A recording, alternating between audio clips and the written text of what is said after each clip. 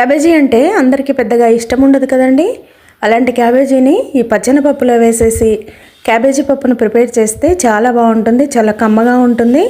ఇది చేసుకోవడం కూడా చాలా ఈజీ, అందరూ కూడా చాలా ఇష్టంగా తినేంత కమ్మగా ఉంటుంది.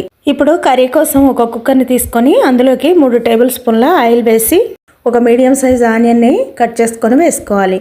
వేసుకొని ఒక 4 పచ్చిమిర్చిని కూడా కట్ చేసుకొని వేసుకున్న తర్వాత ఇప్పుడు ఇందులోకి 1/2 టీ స్పూన్ పసుపు, 1/2 టీ స్పూన్ సాల్ట్ వేసి మంచిగా కలుపుకోవాలి. ఇలా కలుపుకొని ఒక 2 మినిట్స్ ఫ్రై అయిన తర్వాత ఇప్పుడు ఇందులోకి 1/2 టీ స్పూన్ అల్లం వెల్లుల్లి పేస్ట్ వేసుకోవాలి. వేసుకొని ఇదంతా కూడా మళ్ళీ ఆయిల్లో ఫ్రై అయ్యేలాగా ఒక 2 మినిట్స్ అలా ఫ్రై చేసుకున్న తర్వాత ఇప్పుడు 1/2 కప్పు పచ్చెనపప్పుని 1 అవర్ పాటు నానబెట్టుకొని దాన్ని మంచిగా వాష్ చేసుకున్న తర్వాత ఇప్పుడు కుక్కర్లో వేసేసి ఇది ఆయిల్లో మంచిగా ఫ్రై అయ్యేలాగా మూత పెట్టుకొని ఒక 5 మినిట్స్ పాటు అలా ఆయిల్లో బాగా ఉడికించుకోవాలి పప్పుని.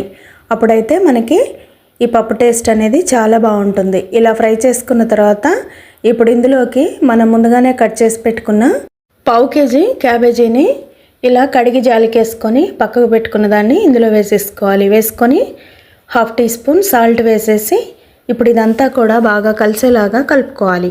క్యాబేజీని చాలా సన్నగా తరుక్కోవాలండి. అప్పుడైతే మనకి కర్రీలో మంచిగా కలిసిపోయి పూర్తిగా ఉడికిపోతుంది. కొంచెం పెద్దగా ఉంటే మనకి కర్రీ కూడా తినేటప్పుడు అంత కమ్మగా అనిపించదు.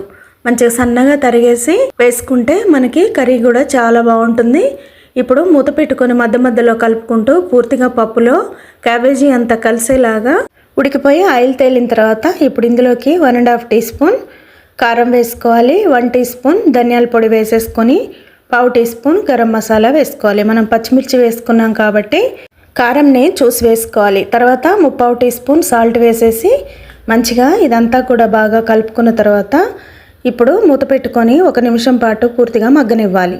ఇలా పూర్తిగా మగ్గిపోయి ఆయిల్ తేలిన తర్వాత ఒకసారి కలుపుకొని ఇప్పుడు కర్రీని ఉడికించుకోవడం కోసం 1.5 గ్లాస్ వాటర్ని యాడ్ చేసుకోవాలి. ఇప్పుడు ఒకసారి కలుపుకొని కుక్కర్ మూత పెట్టుకొని ఒక 3-4 విజిల్స్ మీడియం ఫ్లేమ్లో ఇవ్వాలి. ఇచ్చిన తర్వాత ఇప్పుడు ఆవిరంతా పోయిన తర్వాత ఒకసారి మూత తీసి చేస్తే మనకి కొంచెం వాటర్ లాగా అనిపిస్తుంది. ఇప్పుడు మళ్ళీ ఒకసారి స్టవ్ ఆన్ చేసుకొని పూర్తిగా కర్రీ అంతా దగ్గరగా అయ్యే వరకు సిమ్లో పెట్టుకొని మధ్యలో కలుపుకుంటూ ఉడికించుకోవాలి. ఇలా పూర్తిగా దగ్గరగా అయిపోతే కర్రీ అనేది రెడీ అయిపోతుందండి. ఒకసారి ఉప్పు కారాలు చెక్ చేసుకొని ఇంకా బౌల్లోకి షిఫ్ట్ చేసుకోవటమే. అంతేనండి, ఎంతో కమ్మగా ఉండే క్యాబేజీ పప్పు రెడీ అయిపోయింది. ఇలా ఒక పప్పుతోనే కాకుండా దీంట్లో కాంబినేషన్ లాగా పచ్చి పులుసు, రసం లాంటివి చేసుకుంటే కూడా పప్పు అద్భుతంగా ఉంటుందండి. ఒకసారి ట్రై చేయండి. నచ్చితే లైక్ చేసి సబ్స్క్రైబ్ చేసుకోండి.